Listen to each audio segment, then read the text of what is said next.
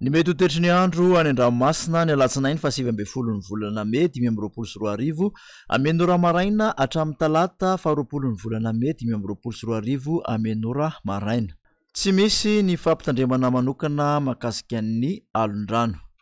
Ho an'ny morontsiraka Atsinanana, tanjona Bobaomby hatrany amin'ny tanjona Angotsy, anoratandrifin-drahona mahalana ny andro. Ho avy atsimasanana ny rivotra ka ho 20 ka hatramin'ny 30 km isan'ora, hatratra 70 km isan'ora indraindray. Anozabe ny ranomasina avy ny onja anodidina ny 2 metatra. Isy alon-drano avy atsimatsinanana. Tanjona Angotsy hatramin'ny Manoro, isy tandrifin-drahona mahalana any amin'ny varatra Sainte-Marie. Ho avy atsinanana amin'ny ankapobeny rivotra ka ho 10 ka hatramin'ny 20 km isan'ora. Anozabe ny ranomasina avy ny onja 1.5 ka hatramin'ny 2 metatra. Isy alon-drano avy atsimatsinanana.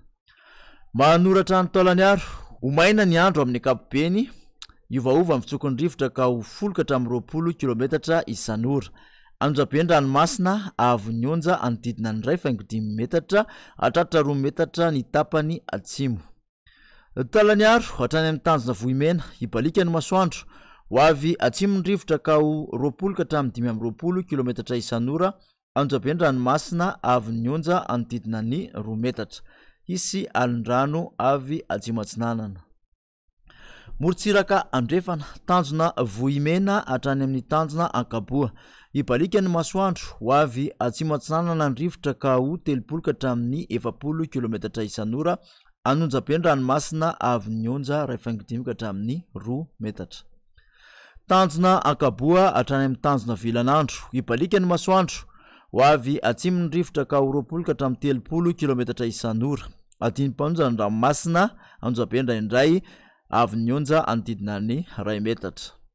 Tanjona Vilanandro hatrany Analalava, ibalika ny masoandro. Ho avy atsimatsinanana ny rivotra ny maraina ka ho 20 ka hatramin'ny 30 km isan'ora. Ho avy andrefana kosa ny tolakandro ka ho 10 ka hatramin'ny 20 km isan'ora. Ho tony ny ranomasina avy ny onja ho latsaky ny 4.5 metatra. Analalava hatrany amin'ny tanjona Bobaomby, isy tandrifin-drahona mitsitokotoko ny alina. Iovaova amin'ny fitsokon'ny rivotra ka ho 10 ka hatramin'ny 20 km isan'ora. Itoetra avy atsimatsinanana kosa manakaiky ny tanjona Bobaomby ka ho 20 ka hatramin'ny 70 km isan'ora. Ho tony ny ranomasina avy ny onja ho latsaky ny 4.5 metatra.